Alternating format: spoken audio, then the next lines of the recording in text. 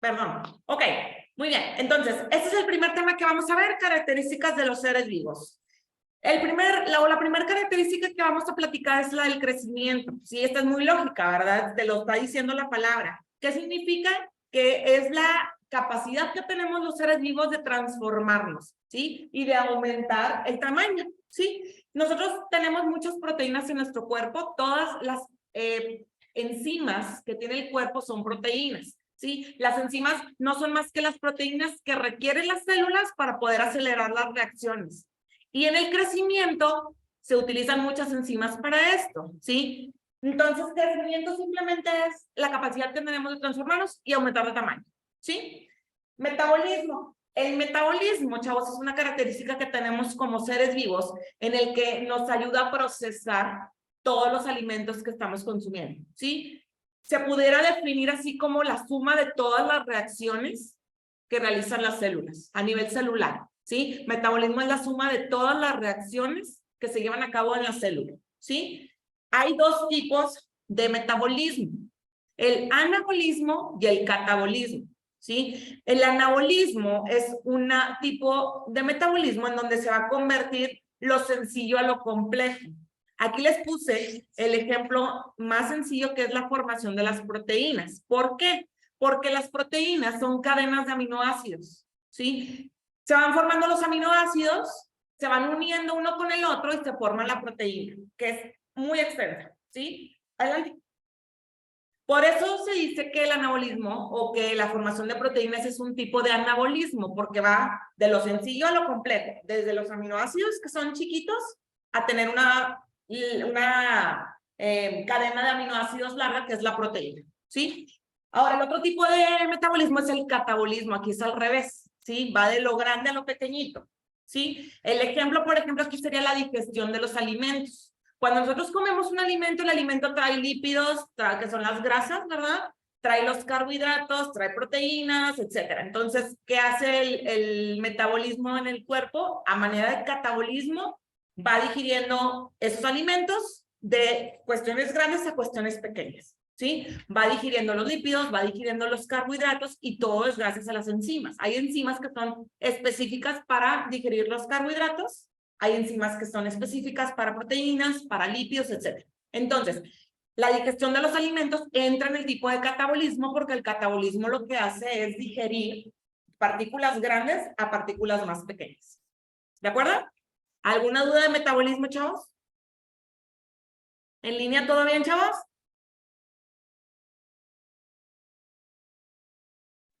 Sí, profe. Ok, gracias, Jasmine. Aquí acuérdense que, chavos, cualquier duda la externamos en el momento, ¿sí? Tercera característica de los seres vivos, la reproducción. También es muy lógica, ¿sí? Es la capacidad que tenemos de multiplicarnos. ¿De acuerdo? Cuarta, organización. Todos los seres vivos tenemos la capacidad a nivel celular de organizarnos, ¿sí? Porque están las células, después esas células van a formar tejidos, después esos tejidos, órganos, y esos órganos, sistemas, ¿sí? Nunca se han preguntado cómo es que el cuerpo solito puede distinguir esta célula es epitelial, o sea, de la piel, o esta célula es para el hígado, o esta célula es para el corazón, o muscular, etcétera. Es porque tiene la capacidad de organizarse, ¿sí? A eso se refiere. Las células tienen esa capacidad de organización. Entonces, por eso no tenemos, por ejemplo, células cardíacas en la piel, ¿de acuerdo? Se organiza el cuerpo respecto al tejido y después al órgano y luego al sistema. Entonces, es una capacidad de los seres vivos, se menciona como característica. Siguiente diapositiva, vemos que aquí tenemos las siguientes 5 características de seres vivos. La siguiente es el movimiento, ¿sí? El movimiento es la capacidad que nos permite, obviamente, movernos, desplazarnos, etcétera. Muy lógica también. Alimentación. A través de lo que comemos, chavos, nosotros obtenemos la energía, ¿sí? La energía que obtienen las células para poder realizar todas sus funciones se da a través de lo que comemos, ¿sí? Por eso te dicen, tienes que llevar una dieta balanceada porque el cuerpo necesita azúcares o necesita grasas, etcétera. Entonces, la alimentación es una de las características de los seres vivos que permite obtener la energía que se requiere para todas las funciones celulares, ¿sí? Ahora, Los seres vivos, chavos, tenemos la capacidad de adaptarnos. La adaptación es otra característica muy importante porque nos permite sobrevivir a un entorno. Si nosotros, por ejemplo, nos fuéramos a aquí en Monterrey hace mucho calor, ¿verdad? Si nos fuéramos a un lugar en donde hace mucho frío, el cuerpo se tiene que adaptar, ¿sí? Se adapta a las condiciones del lugar o del entorno o de la zona donde existan, ya sea adaptarse al clima o adaptarse al tipo de alimentación, o cualquier otra situación que pueda estar presente en el lugar, ¿sí? ¿Qué pasa, por ejemplo, con los osos polares? Generan mucha grasa debajo de la piel. ¿Para qué? Para que poderse mantener más calientes, ¿sí? Guardar el calor. Entonces, todos los seres vivos tenemos la capacidad de adaptarnos, que significa sobrevivir en entornos diferentes, como variando estrategias o características físicas, como estábamos comentando, para conservar la vida, ¿sí? Específicamente para conservar la vida. Ahora, otra característica de los seres vivos es la homeostasis. Homeostasis. Chavos, aquí es la capacidad que tiene de mantener un equilibrio interno, ¿sí? Por ejemplo, el cuerpo, cuando está aumentándole la temperatura del cuerpo, tiene la capacidad. ¿Qué hace el cuerpo cuando empezamos a tener mucho calor? ¿Qué pasa? Sudas. ¿Por qué? Sudamos, ¿por qué? Porque el cuerpo está produciendo el sudor para que se refresque el cuerpo, ¿sí? Sudamos, es sudor, es agua, ¿sí? Tendrá sales, tiene sales, pero lo que hace es refrescarnos, ¿sí? Cuando tenemos mucha fiebre empiezas a sudar, ¿por qué? Porque es una respuesta del cuerpo a bajarte la fiebre, porque si mantienes la temperatura elevada, el cuerpo se daña, ¿de acuerdo? Entonces, esta capacidad que tiene el cuerpo de hacer estrategias para poder mantener el equilibrio de ciertos parámetros en nuestro cuerpo se llama homeostasis. Sucede con la temperatura, sucede, por ejemplo, con el nivel de azúcar en sangre. Si han escuchado las personas que la insulina, que el glucagón, son dos enzimas bien importantes que ayudan a regular el azúcar en la sangre. Cuando nosotros consumimos mucho azúcar, se detecta la cantidad de azúcar en la sangre y por ahí el páncreas y el hígado trabajan para que se genere la insulina, ¿sí? Para bajar el azúcar en la sangre o para tenerla que subir. Hay otra enzima por ahí que se llama glucagón, que juega ahí con la insulina, sube y baja, dependiendo de los niveles de azúcar que tengamos en la sangre. Entonces, a eso se le llama homeostasis, ¿sí? Es una característica que tenemos los seres vivos para equilibrar los parámetros normales en nuestro cuerpo, ¿sí? Para mantener la vida. ¿Qué pasa si nos sube mucho el azúcar? Pues obviamente vamos a llegar a una enfermedad, ¿sí? Podemos caer en un coma diabético, etc. Entonces, la homeostasis es la capacidad que tiene el cuerpo o el ser vivo de mantener en equilibrio ciertos parámetros, ¿de acuerdo? Irritabilidad es la capacidad de responder a ciertos estímulos. ¿Por qué? ¿Qué pasa, por ejemplo, si viene alguien y te empieza a golpear? No te vas a quedar esperando que te golpee. Es una reacción que tenemos como seres vivos de defendernos para conservar la vida, ¿sí? Fíjense cómo todas las características de los seres vivos van en pro de conservar la vida, ¿sí? Si no hay movimiento, si no nos alimentamos, si no nos adaptamos, si no existe homeostasis, lo que va a pasar es que vamos a morir, ¿sí? Entonces, todas estas características que tienen los seres vivos son en pro de la vida, ¿de acuerdo? Entonces, son 9, son bien importantes cada una de ellas. Y necesitamos comprenderlas más que memorizarlas, porque hay unas que son muy lógicas, ¿de acuerdo? ¿Tienen alguna duda, chavos, de alguna de las características de los seres vivos que acabamos de ver? No. A ver, en el chat. Dice, nos hace daño si pasamos de un clima frío a calor de manera brusca, de golpe. Depende, ¿sí? Hay personas que pueden sufrir como shocks, ¿sí? Generalmente es muy extraño que suceda, a menos que tengas algún problema de salud que impida que tu cuerpo caiga en la homeostasis, ¿sí? Siempre que pasemos de un clima bruscamente frío-calor, el cuerpo trata de sobrellevarlo, ¿sí? Pero si hay situaciones, por ejemplo, en las que te dicen de que si te acabas de bañar y está haciendo mucho frío, no te salgas, ¿verdad? ¿Por qué? Porque puedes tener parálisis facial, etcétera, ¿sí? Si hay situaciones en las que de pronto es muy riesgoso los cambios de temperatura muy bruscos, pero el cuerpo trabaja con esta característica que es la homeostasis, entonces trata siempre de tener esa estabilidad en cuanto a parámetros para conservar la vida, ¿de acuerdo? Si no hay otra duda, ni tampoco en el chat, chavos, continuamos. Ahora, métodos. Dice métodos de la biología, viene ahí en su cuadernillo. Hay dos métodos, chavos, que se estudian o que se realizan dentro de la biología, ¿sí? El empírico y el científico, ¿sí? Son muy sencillos, aquí los voy a explicar de manera muy superficial. Fíjense cómo el método empírico dice que se basa en la experimentación y en una lógica, ¿sí? Dice, junto a la observación de fenómenos y análisis estadísticos, quizás es el más usado en ciencias sociales y ciencias naturales, a través de práctica y experiencia. ¿Qué quiere decir esto? Que siempre se lleva a cabo una experimentación, por ejemplo, y lo repiten el experimento y lo repiten con las mismas características, no varían, algunas se mantienen constantes para poder obtener datos estadísticos, ¿sí? ¿Qué es esto? Tener números, o sea, números que nos va a estar diciendo, por ejemplo, si queremos medir la acidez de un alimento. Entonces, lo realizas una vez, 2, 3 veces. El método científico te dice que a veces tienes que tener hasta 15 datos para poder manejar un resultado estadístico, un resultado numérico. ¿Sí? Necesitamos repetir nuestro experimento 15 veces para poder decir, ¿sabes qué? Estos son los resultados, porque se hace un promedio de esas características. ¿De acuerdo? Entonces, a través de la práctica y la experiencia, hacerlo una y otra vez y ver de qué manera se llevó a cabo, qué resultados tuvimos. Entonces, a eso se le llama método empírico. Solamente se trata de repetir el experimento, tener datos estadísticos, practicarlo y de ahí vamos a sacar la experiencia. ¿Sí? Que digas, por ejemplo, yo sé que va a cambiar la tonalidad del color, va a haber una sedimentación de algún residuo porque ya lo repetiste muchas veces y por experiencia puedes decir lo que va a ocurrir. ¿Ok? Y el método científico se basa en principios que tienen que estar comprobados y tiene varias etapas.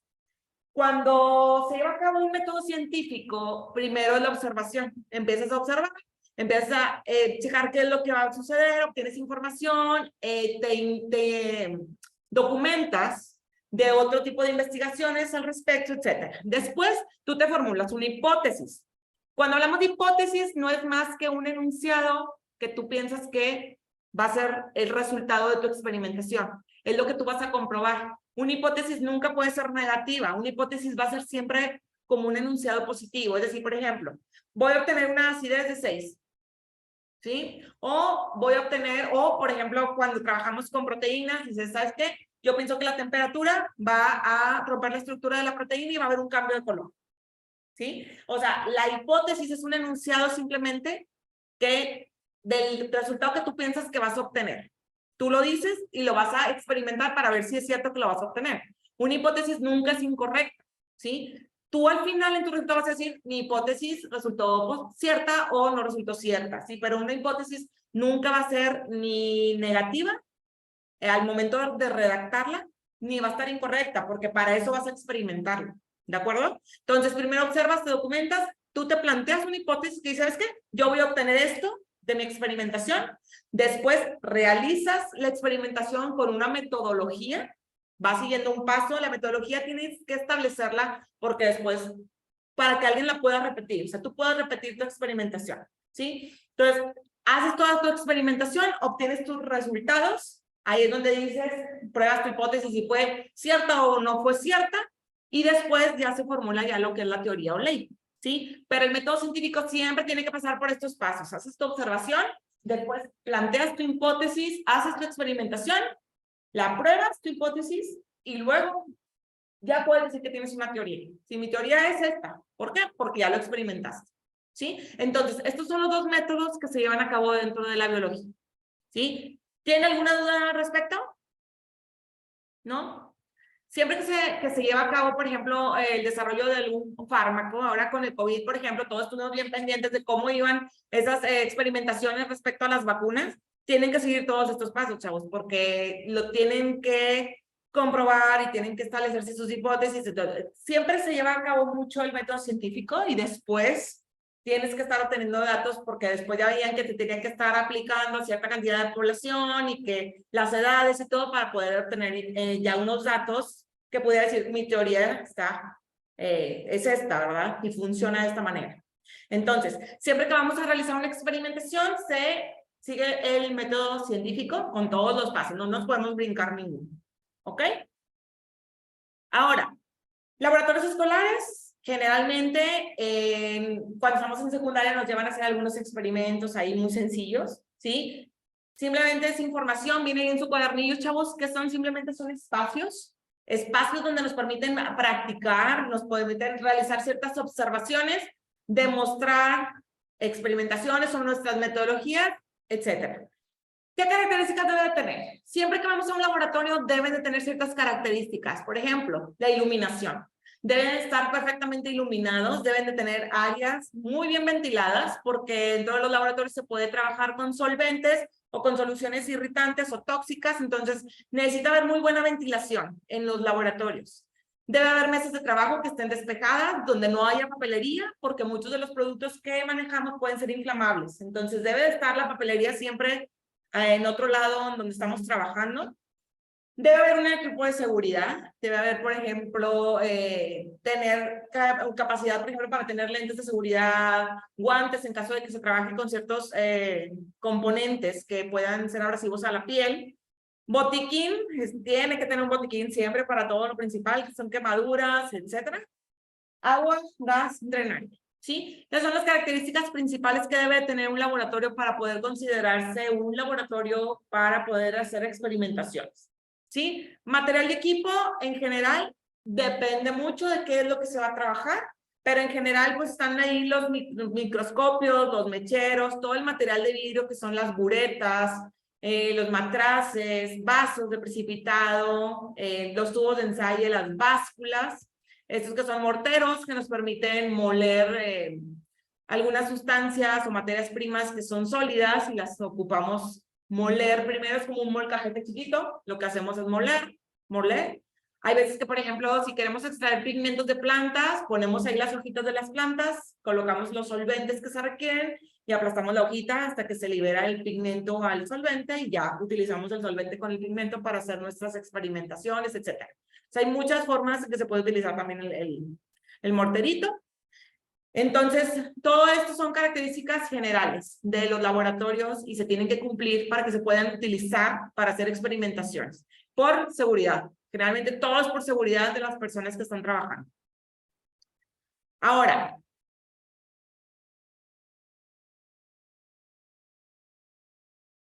con esto estamos completando el tema número 1, que es características de seres vivos. Seguimos, por ejemplo, ahí en su cuadernillo, chavos, por favor, el tema número 2, que es evolución y cambio de los seres vivos a través del tiempo. La evolución, chavos, evolución es el conjunto de cambios, son todos los cambios que van a tener los seres vivos en cuanto a sus características fenotípicas y características genotípicas. ¿Sí? El fenotipo se refiere a las características físicas de la persona, son los cambios que vamos teniendo, pero de forma física, por ejemplo, en nuestras manos, en nuestros pies, dientes, etcétera, son características fenotípicas que van cambiando a través del tiempo, ¿sí? También incluye las características o los cambios de las características genotípicas. Genotípicas se refiere a los genes, ¿sí? Con el tiempo, chavos, y a través de miles y millones de años, se van dando los cambios a través en los genes también, en el material genético de las personas, porque se van adaptando a las condiciones, ¿sí? No sé si han escuchado que, por ejemplo, con el tiempo ya hay personas que no traen las muelas del juicio, ¿sí? ¿Por qué eran las muelas del juicio? Antes comían carne cruda, comían mucha carne cruda. Las personas, fíjense cuántas miles de años han pasado y está habiendo esa evolución porque nosotros prácticamente ya no comemos ni la carne cruda ni la carne grande, de repente ya te la dan así cortadita, deshebrada, etcétera. O sea, ya no ocupas a lo mejor todas las piezas dentales. Por eso es una evolución el hecho de ya no contar con todas las piezas dentales, ¿sí? Pero se va dando a través de miles y millones de años, ¿sí? Entonces, características fenotípicas. ¿Esa sería una característica fenotípica o genotípica? Fenotípica. Es fenotípica. ¿Por qué? Porque son características físicas, ¿sí? La característica física es un diente, ¿sí? Cualquier característica física de nuestro cuerpo está como una característica fenotípica, física. Acuérdense, fenotípica, física, ¿sí? Y genotípica de los genes, material genético. ¿Ok? Entonces, todos estos cambios incluyen las características físicas y de genes, de las poblaciones biológicas a través de las generaciones. Dice, dicho proceso ha originado la diversidad de las formas de vida que existen sobre la Tierra a partir de un antepasado común. Y como comenté, ocurren después de millones de años. No vamos a obtener una evolución de una generación a otra. Se va dando después de miles y millones de años. ¿Sí? Entonces, si no existiera una evolución, seríamos igualitos a nuestros antepasados comunes. ¿Sí? Entonces, el hecho de que exista una evolución es lo que ha dado también pie a la diversidad que existe en los seres vivos ahorita, ¿sí? Y se va a seguir dando a través de miles y millones de años, ¿ok? Ahora, existían muchas teorías respecto a la evolución, ¿sí? Vamos a verlas así rapidita. Ahorita digo, las más importantes son la de Darwin y la evolutiva. En la teoría fijista, chavos, decían que las especies actualmente existentes habían permanecido sin variación. Decían que nosotros o los antepasados comunes eran igualitos a nosotros. Decía que no había habido una evolución a través del tiempo. Ellos decían que era lo mismo, ¿sí? Dice, las especies serían, por lo tanto, inmutables, tal y como fueron creadas y que no han cambiado. Ya sabemos que esta teoría era una teoría inicial, entonces esta teoría se descartó, ¿sí? Porque se empezaron a investigar y empiezan a salir, por ejemplo, fósiles, etcétera. Entonces se dan cuenta que las especies han cambiado a través de los tiempos. Entonces, esta era una teoría que se descartó, ¿sí? Pero sí es importante que la conozcamos. Entonces, la física decía que no había habido evolución a través de los años y éramos igualitos al antepasado común. Ahora, la teoría evolutiva. De aquí viene el significado de lo que es la evolución que acabamos de ver. Dice, asegura que todos los seres vivos han cambiado constantemente. Dice, la evolución es una especie, o de una especie ocurre con el paso de mucho tiempo y de muchas generaciones. Entonces, básicamente la teoría evolutiva va de la mano del significado del concepto de evolución, ¿sí? La teoría de Lamarck planteaba una teoría que le llamaba los caracteres adquiridos, ¿sí? Por eso se le llama herencia de los caracteres adquiridos. Decía que a medida que los individuos o las especies cambiábamos de situaciones, de climas, de entornos, desarrollábamos la capacidad de desarrollarnos al medio ambiente y que los sucesivos cambios habían propiciado la evolución y la actual diversidad de especies. Él estaba muy realmente dirigido a lo que era la evolución.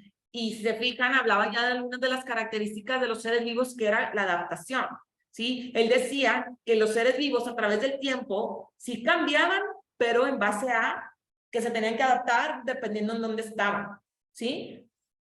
Por eso dice caracteres adquiridos. Cambiabas respecto a lo que tú ibas, pues los caracteres adquiridos, por ejemplo, decía, ¿sabes qué? Si la persona se fue a un clima frío, necesita desarrollar a lo mejor esa porción extra de grasa, entonces es un carácter que se adquirió por la evolución, ¿sí? Porque tenía que adaptarse al entorno en donde estaba, ¿sí?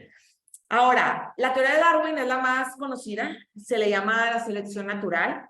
Aquí decía que había habido cambios morfológicos, fisiológicos y de comportamiento de todos los organismos, tanto de animales y plantas, pero se daba por la adaptación al medio. Aquí es bien importante que recordemos, chavos, que cuando hablamos de selección natural, estamos hablando de que sobrevivían los más fuertes, ¿sí? Por ejemplo, en un entorno en donde había dos especies que estaban peleando por el alimento, pues obviamente iba a sobrevivir la especie más fuerte, la especie que peleaba por ese alimento, y la otra especie se quedaba sin alimento, ¿y qué pasaba? Pues se extinguía. Entonces, la teoría de Darwin estaba hablando de que iba a haber un cambio en cuestiones morfológicas, físicas, o de comportamiento de todas las especies cuando se tenían que adaptar al medio ambiente, ¿sí? Ya esto le llamó la selección natural. Selección natural se refiere a que van a sobrevivir las especies que son más fuertes, que tienen la capacidad de adaptarse. Si había especies que estaban en un entorno muy caliente y no lograban adaptarse a ese clima, pues iban a morir. Pero van a sobrevivir las especies que tuvieran esa capacidad de adaptarse al calor. Entonces, por eso se le llamó selección natural, porque la naturaleza, por así decirlo, seleccionaba las especies que eran más fuertes para poder sobrevivir y se quedaran ahí en el entorno, ¿sí? Entonces, la teoría de Darwin es una teoría que se ha comprobado por muchísimos años a través de la historia, porque ha habido pruebas, etcétera, de que así pues como iban sucediendo o tenían que adaptarse. Sí, la selección natural también llevaba a las especies a adaptar ciertas características, ahí decía, por ejemplo, morfológicas, para poder adaptarse al entorno. Por ejemplo, este es un pinzón. Los pinzones vivían en las islas de los Galápagos, ¿sí? Es una especie de pájaro, ¿sí? Se empezaron a dar cuenta que los pinzones, este es el pinzón ancestro, pude decir que es un antepasado común de todos los pinzones que existen. Por selección natural tuvo que modificar su pico. ¿Por qué? Porque en algunos entornos tenían que comer insectos o había el alimento de los insectos, en otros eran, por ejemplo, insectos que estaban dentro de los árboles y en otros semillas. Entonces, fíjense cómo el pico del pinzón tuvo que irse adaptando o teniendo este cambio morfológico para poder adaptarse al entorno del alimento. Si no hubiera pasado esto, pues se hubiera muerto. El pinzón se hubiera extinguido porque no tenía la capacidad de alimentarse. Si a lo mejor se quedaba con este pico, no podía alcanzar a lo mejor los insectos que estaban dentro de los troncos de madera, entonces con el paso del tiempo iba a morir y ya no iba a reproducirse, entonces la especie se iba a extinguir, ¿sí? Fíjense cómo, si conocen los cotorritos, esos son muy comunes, los que tienen en las casas, que son verde, azulito, etcétera. Fíjense cómo tiene el piquito hacia abajo. ¿Y qué come? El alpiste, que es una semilla, ¿sí? Entonces, el pico está adaptado a comer esas semillas. Ese pico no pudiera alimentarse, por ejemplo, de insectos en el piso o de insectos que están dentro de la madera, ¿sí? Se adapta a comer semillas y punto. ¿De acuerdo? Entonces, esto es un ejemplo de selección natural en donde la naturaleza o el pinzón en este caso se adaptó sus características morfológicas para poder alimentarse de semillas y sobrevivir. ¿De acuerdo? ¿Tienen alguna duda hasta aquí, chavos? ¿No? ¿No? Chavos, allá en casa, ¿tienen alguna duda? ¿O vamos bien?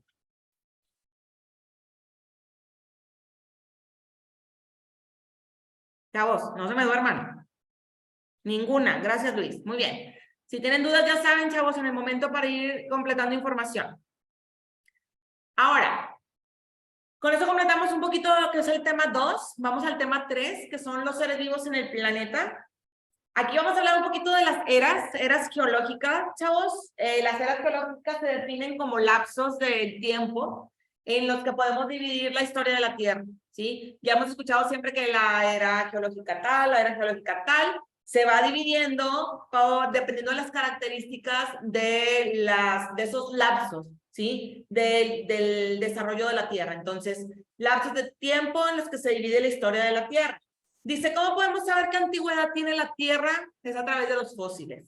Se han encontrado muchísimos fósiles. Los fósiles, chavos, son la evidencia de la evolución. Si ustedes les preguntan un ejemplo de evidencia de evolución, ¿cómo sabes que ha habido una evolución? Es a través de los fósiles. Los fósiles va a ser su respuesta, ¿sí? Porque es lo que les comentaba ahorita. Se ha visto con que han encontrado fósiles y se han dado cuenta cómo han cambiado esas especies en cuanto, por ejemplo, a características morfológicas, a huesos, dedos, dientes, etcétera, o formas, por ejemplo, de la cabeza, todo eso se ha visto a través de los fósiles. Entonces, una evidencia de evolución y que no se puede discutir es los fósiles, ¿de acuerdo? Ahora, esto, chavos, que aquí se los puse para que nada más tengan una idea, al que le interese y tenga un tiempito por ahí que quiera leer un poquito cómo se puede saber cuál es la antigüedad que tiene un fósil. Existen por ahí unos compuestos que son elementos químicos. Sabemos que el carbono, el cloro, el teorio son elementos químicos, vienen en la tabla periódica. Viene por ahí, se utiliza el carbono 14, se utiliza el cloro 36 y el teorio 230, ¿sí? Son elementos químicos. La técnica que se utiliza es la datación radiométrica. Datación es como de darle un dato al fósil. Simplemente es una técnica que se utiliza para darle tiempo, darle una fecha a materiales como roca, minerales, huesos, etcétera, en los que se incorporan de manera selectiva impurezas radioactivas cuando se forman, ¿sí? Esto no se lo tienen que aprender. Simplemente se los puse para que el que le interese y quiera saber cómo le hacen para saber cuántos años tiene un fósil cuando lo encuentran, léanle un poquito de esa técnica. Está muy, muy interesante todo eso, ¿sí? Entonces, evidencia de evolución a través de los fósiles y pues a través de esas técnicas se sabe cuántos años tiene. Ahora, vamos a ver ahora sí las eras geológicas, chavos. Aquí es importante que se aprendan a lo mejor el orden, cuál es la más antigua, después cuál es la que sigue, etcétera. Y aquí les pusimos las características más importantes de lo que sucedió en las eras. Aquí, por ejemplo, la más antigua es la era azoica. En la era azoica es una era donde no había vida, y esta es aproximadamente hace 4.600 millones de años. Después de la azoica viene la precámbrica. Aquí fue aproximadamente hace 3.500 millones de años. Después viene la proterozoica. Esta sí es una era en donde empezaron a aparecer las bacterias. Es bien importante que sepan en cuál fue, ¿sí? Es aproximadamente entre 635 y 2.500 millones de años. Aquí empezaron a aparecer bacterias, las algas. Las algas son unicelulares, ¿sí? Son células que puedan estar, por ejemplo, se les encontraba originalmente donde había humedad. Había grupos de invertebrados, que eran los seres vivos más simples que existen, no tienen huesos, esponjas, celenterados. Los celenterados son organismos que tienen una simetría radial, que si tú los ves a la mitad, están iguales de un lado que de otro. Estrellas, erizos, etc. Son organismos vivos muy simples. Son los primeros que se empezaron a ver en la era proterozoica, ¿de acuerdo? Después de ahí viene la paleozoica, aproximadamente hace 570 millones de años. En esta se formaron los continentes. Es una de las cuestiones muy, muy importantes que sepan, porque si les preguntan en qué era se formaron los continentes, tienen que contestar. Paleozoica, ¿ok? Aquí es donde se empieza a observar que se empiezan a formar los continentes, empieza a crecer la fauna en el agua y en la tierra también. Se empieza a ver, por ejemplo, ahí animales, ¿sí? La fauna son los animales. Entonces empezaron a observar a algunos animales en el agua, algunos animales en la tierra. Después de esa viene la mesozoica. La mesozoica es de hace como 205 millones de años atrás. Aquí se empezaron a observar muchos reptiles. Los reptiles son organismos, obviamente vertebrados, eran organismos mucho más complejos. En la mesozoica es donde se observan los dinosaurios también. Diferentes tipos, pinos, helechos también. De ahí viene la cenozoica. La cenozoica es aproximadamente hace 65 millones de años, y aquí hay dos periodos, el periodo terciario y el periodo cuaternario. En el terciario abundaban las plantas con flores, que son las angiospermas, se observaron mucho en los bosques, y muchos animales que eran mamíferos grandes, como ballenas, ¿sí? Después, en el periodo cuaternario, se sabe que hubo 4 glaciaciones. Había muchos osos, mamuts, tigres, dientes de sable. Generalmente había pues animales adaptados al frío, ¿sí? Aquí hubo glaciaciones, como comento, entonces eran temperaturas muy bajas. Entonces aquí es donde aparecen mucho este tipo de animales también. Y aparecen los primeros homínidos. Los homínidos eran los hombres, ¿sí? Aquí es donde se empiezan a observar los primeros homínidos en el periodo cuaternario de la Cenozoica. Ahora dice la vida a través de las eras geológicas. La evolución humana, aquí estamos hablando de que empezaron a observarse los continentes, organismos invertebrados, luego organismos vertebrados más grandes, etc. El hombre aparece de hace aproximadamente como 20 millones de años. Apareció el organismo que se le llamaban procónsul. Procónsul es un sinónimo de primate. Ahí dice Diopithecus ancestro, así le llamaban de forma científica. Había gorilas, había chimpancés, inicia la línea de los Ramapithecus, y luego vienen los Australopithecus y luego los Homo sapiens. Aquí abajo les puse esta imagen, porque aquí es como se van observando y la forma en que tenía el hombre o el homínido en ese entonces. Estamos hablando, por ejemplo, aquí que aparece el procónsul está aquí, es el segundo. Después está el Diopithecus ancestro, que es este, el tercero, y luego dentro entre el hombre ya la evolución, hay gorilas, chimpancés, etcétera. Está, por ejemplo, después llaman los Ramapithecus, que son estos, después los Australopithecus, que son estos, y todo se va haciendo una evolución, hasta que aparece el Homo sapiens. Homo sapiens le llaman hombre pensante. Sapiens se refería como que al cerebro, al conocimiento, ¿sí? Ya pensaban un poquito más. Entonces, esta ha sido la evolución del hombre a través de todas las eras geológicas, ¿de acuerdo? Porque de repente le puedo picar acá y de repente no. Bueno, en cuanto a la biodiversidad, biodiversidad se refiere a la diversidad de la vida. Biodiversidad, diversidad de la vida. ¿Okay? Entonces, es la variación de los seres vivos. Todos los seres vivos en el planeta se pueden clasificar. ¿Sí? Hay terrestres, acuáticos, aeróbicos, anaeróbicos, autótrofos y heterótrofos. Vamos a ver a qué se refiere cada una de estas características o enunciados, ¿sí? Cuando decimos que son terrestres, pues obviamente son organismos que están en la tierra, que tienen adaptaciones, que pueden tener piernas, que caminan, etc. Plantas. Las plantas se consideran terrestres porque lo que son para nosotros las piernas, para ellos son las raíces, ¿sí? Las raíces de las plantas se les puede considerar que son las piernas de la planta, entonces son terrestres, son organismos terrestres. Hay organismos también que son acuáticos. Todos los organismos acuáticos sabemos que están en el agua, entonces están adaptados con aletas, con branquias para poder respirar debajo del agua, etc. Aeróbicos son los organismos que necesitan oxígeno para poder sobrevivir, para poder vivir. Todas las plantas, todos los animales somos, porque nosotros también estamos incluidos, el hombre ahí somos aeróbicos, necesitamos el oxígeno. ¿Sí? Hay organismos que son anaeróbicos. Anaeróbicos significa que no requieren oxígeno para sobrevivir, ¿sí? Pueden crecer en ausencia de él o con muy poquito oxígeno. Y en este caso entran algunas bacterias y algunas levaduras, ¿sí? ¿Qué quiere decir? Que son quimiosintéticos, que obtienen energía a partir de compuestos inorgánicos, ¿sí? Compuestos inorgánicos quiere decir que no tienen carbono. Acuérdense que lo vamos a ver en química después, pero cuando hablamos, por ejemplo, de lo orgánico, todo lo que es orgánico es porque tiene carbono. Lo inorgánico es lo que no tiene carbono. Entonces, los organismos que son anaeróbicos, que no requieren oxígeno para crecer, como bacterias, levaduras, son quimiosintéticos, que obtienen su energía a través de organismos o compuestos que son inorgánicos.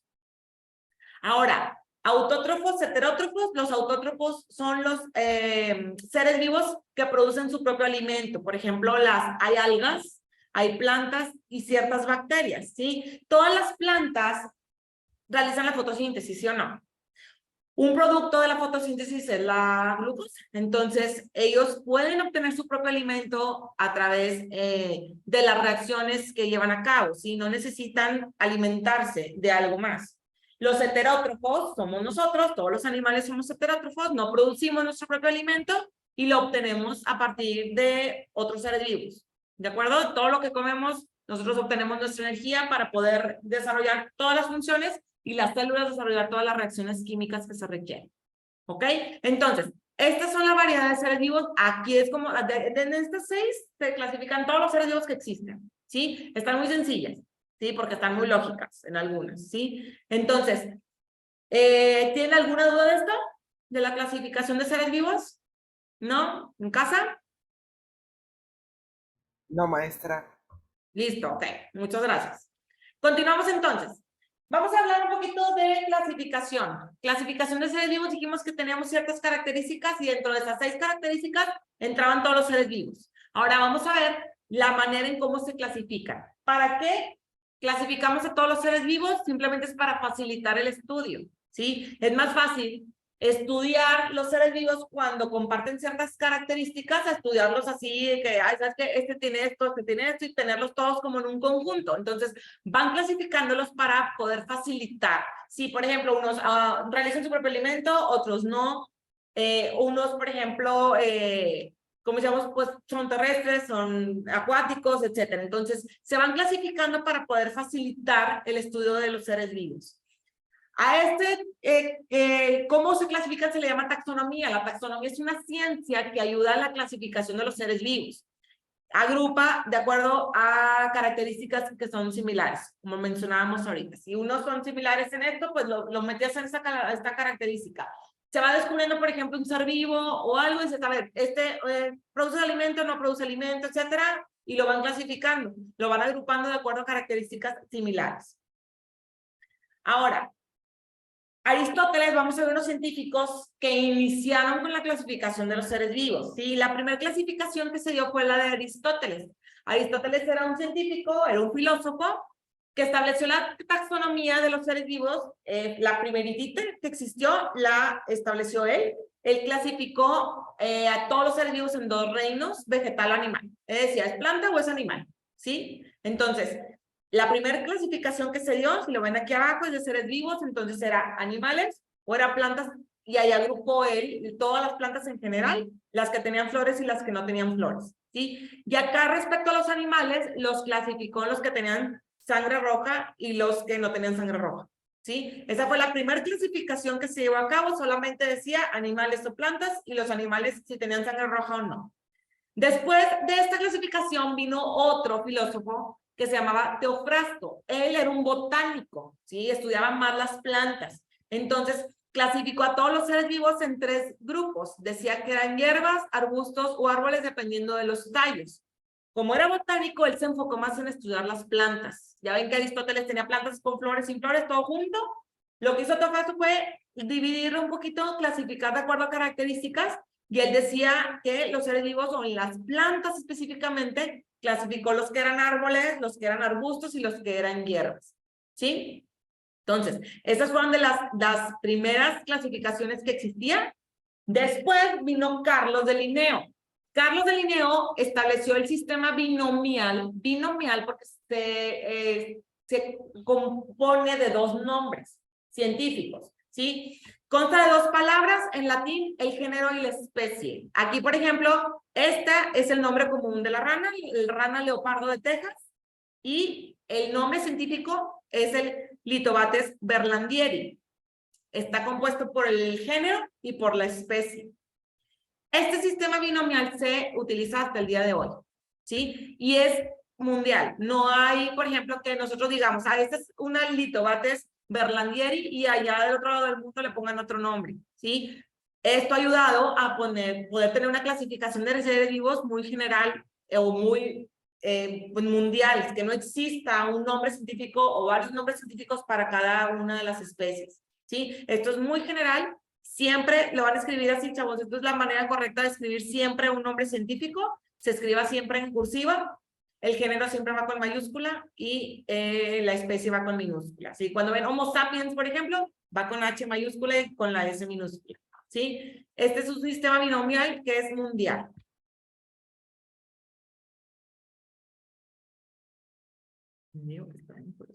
Ok, aquí les puse un ejemplo más o menos para que lo vayan. ¿Sí? ¿Alguien tiene una duda? ¿No hablaron? ¿Sí se escuchó? ¿No? Ok. Bueno, seguimos. Este es otro ejemplo, chavos. Este es el nombre común, es el perro. El nombre científico es el Canis lupus familiari. Y aquí les puse más o menos esto para que sepan que todos los perros de todas las especies tienen como ancestro común el lobo, ¿sí? Todos los perros de todas las especies, no importa si es un chihuahua mini, su ancestro común es el lobo, ¿sí? ¿Qué pasó? ¿Qué pasó con esto? Pues que existía el lobo como tal y empezaron a ver ciertas características que les ayudaban, por ejemplo, a los humanos y empezaron a domesticarlos y con el paso del tiempo fueron evolucionando, ¿sí? Cambiando un poquito esa irritabilidad que era una característica de seres vivos. Los animales los fueron domesticando, entonces cambiaron un poquito también esas características con el paso del tiempo y por eso se lleva a cabo esta variedad de razas, ¿sí? Pero todos los perros de todas las razas vienen del ancestro común que es el lobo y aquí está un ejemplo de cómo se escribe el nombre común y cómo se escribe el nombre científico. Ahora, toda la taxonomía, chavos, la taxonomía dijimos que era la clasificación, la ciencia de la clasificación de los seres vivos, en las que clasificaban de acuerdo a características similares, ¿de acuerdo? Hay 5 reinos en los que se clasifican todos los seres vivos. El reino monera, el reino protista o protoctista, los hongos o el reino fungi, las plantas y los animales, ¿sí? Aquí, chavos, vamos a empezar a observar ciertas características que hacen que no estén en el mismo reino. ¿Sí? Por ejemplo, todos los que están en el reino Monera son organismos unicelulares. ¿Qué quiere decir? Que son organismos compuestos por una sola célula. ¿Sí? Son procariotas. ¿Se acuerdan qué significa procariota y eucariota? ¿Cuál es la diferencia entre un procariota y una eucariota? ¿No se acuerdan? El procariota no tiene núcleo y el eucariota tiene un núcleo, ¿sí? Entonces, son organismos muy primitivos, los del reino Monera, organismos son una sola célula, no tienen núcleo, y algunos ejemplos por aquí son las bacterias, las algas ya ven que hay azules, verdosas, verdes, etcétera. Todo lo que son algas, cianobacterias, todo está dentro del reino Monera porque son los organismos más simples que existen, ¿sí? Después del reino Monera, vamos a observar el reino protista o protooctista. Aquí también son organismos unicelulares, pero hay algunos organismos que ya son pluricelulares. ¿Qué quiere decir? Que están compuestos de 2 o más células, ¿sí? Los organismos aquí tienen núcleo, por eso se les llama que son eucariotas, y algunos ejemplos son todos los protozoarios y las algas. Protozoarios, algas se encuentran principalmente en el agua. Después por ahí viene el tercer reino, que es el reino de los hongos o el reino fungi. Aquí también hay organismos que son unicelulares y hay organismos pluricelulares. Carecen de clorofila. Es una diferencia muy importante respecto a las plantas porque los hongos no pueden realizar fotosíntesis porque no tienen clorofila. La clorofila es el pigmento que utilizan las plantas para realizar la fotosíntesis. Entonces, los hongos no tienen clorofila. Son saprofitos. ¿Qué quiere decir? Que obtienen el alimento o la energía a través de la materia orgánica muerta del suelo. Los hongos generalmente están en el suelo o en los árboles, etcétera. Entonces, hay descomposición de la materia orgánica del suelo y ellos toman digamos que hay una materia orgánica que tiene carbono, el carbono que queda en el suelo, lo toman ellos para poderse alimentar y para producir su energía, ¿sí? Ejemplos, hongos, los parásitos, los mohos, las levaduras. Todos esos son ejemplos del reino de hongos. Después vienen por ahí las plantas. Aquí todas las plantas son pluricelulares, no vamos a encontrar organismos unicelulares. Tienen clorofila, decíamos que es el pigmento que utilizan las plantas para poder realizar la fotosíntesis y a través de la fotosíntesis obtienen su alimento. ¿Se acuerdan que dijimos que las plantas eran autótrofas? ¿Qué quiere decir? Que pueden producir su propio alimento. ¿Ok? Después, esas son de las características más importantes que tienen. Entonces, tienen clorofila, son autótrofas porque producen su propio alimento y tienen múltiples células. Y los animales, que es el quinto reino, aquí son organismos que son pluricelulares, están formados por muchas células. Aquí entramos nosotros. Acuérdense que dijimos que nosotros no podíamos producir nuestro propio alimento, entonces somos heterótrofos. ¿Qué quiere decir? Que obtenemos la energía a partir de sustancias inorgánicas y se nutren de sustancias elaboradas por otros seres vivos. Llevan a cabo la reproducción sexual y los hay vertebrados e invertebrados. ¿Sí? Entonces, dentro de estos 5 reinos en donde donde se clasifican más bien a todos los seres vivos, tienen ciertas características que, si se fijan, están muy, muy bien específicas para no decir, ¿sabes que la planta va al reino fungi? No, porque tiene clorofila, entonces tiene que ser en el reino de las plantas, en el reino plantae, ¿sí? Entonces, esta es una de las clasificaciones más importantes que se lleva a cabo hasta el día de hoy para poder dividir a los seres vivos en los 5 reinos que existen. ¿Tienen alguna duda de esto o de alguno de lo que estamos comentando de las características de aquí? ¿No? ¿Chavos en casa? ¿Todo bien? ¿Vamos bien? Muy bien. Ok. Y esta es una nada más como imagen de lo que acabamos de decir. Aquí hay unos hongos, esto dentro del reino fungi, vegetales, todas las plantas. Hay muchísimas, dentro de las plantas obviamente hay muchísimas clasificaciones, ya que si son gimnospermas, angiospermas, helechos, musgos, muchos tipos de plantas, ¿verdad? Animales hay muchísimos, desde los más primitivos de los que estamos hablando, oríferos, nidarios, platelmintos, moluscos, etcétera, hasta los mamíferos vertebrados más grandes. Del reino protooctista, vimos que ahí son unicelulares, estamos hablando de lo que son algas, algas rojas, protozoarios, etcétera. Y el reino monera, que dijimos que eran los más primitivos, son las bacterias, etcétera, son los más chiquitos, los más primitivos que existen. Chavos, ¿tienen alguna duda de estos 3 temas que acabamos de ver hoy? ¿No? ¿Segurísimos? ¿Chavos en casa? No. Fernanda, ¿nada? A ver. Ninguna duda. Ok, gracias Oliver, gracias Fernanda, gracias Gilberto. Ok, chavos, ya son las 5:58. No quiero empezar el otro tema porque no lo quiero dejar a medias, chavos, pero les voy a pedir para mañana, porque mañana tenemos clase. Léanme, por favor, el tema de ecología y de genética para mañana. Es bien poquito, si se fijan ahí en su cuadernillo no les va a llevar ni 10 minutos leerlo, ¿sí? Pero sí es bien importante, chavos, les explicaba aquí a sus compañeros que están aquí, que lean lo que les pido siempre para la siguiente clase, porque así podemos avanzar más rápido. Y si ustedes ya leyeron y traen algunas dudas, en el momento en que llegamos a esa parte del contenido, podemos ir aclarando dudas. Es bien importante, por favor, que vayan leyendo.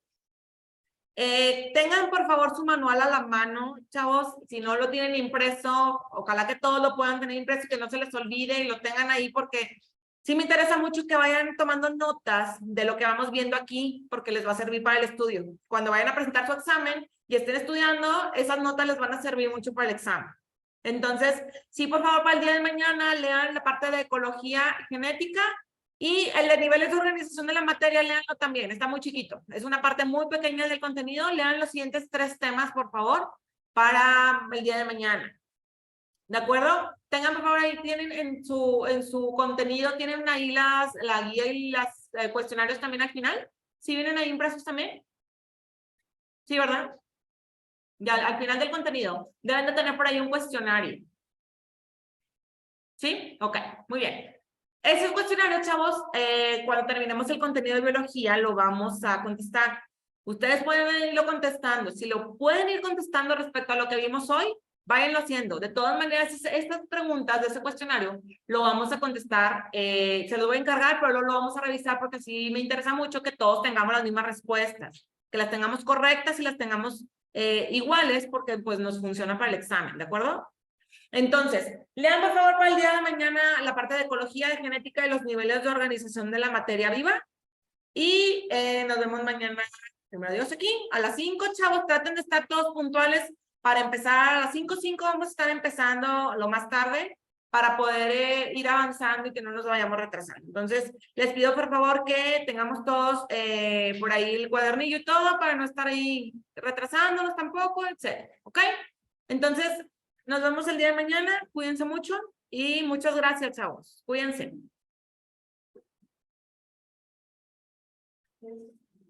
Gracias.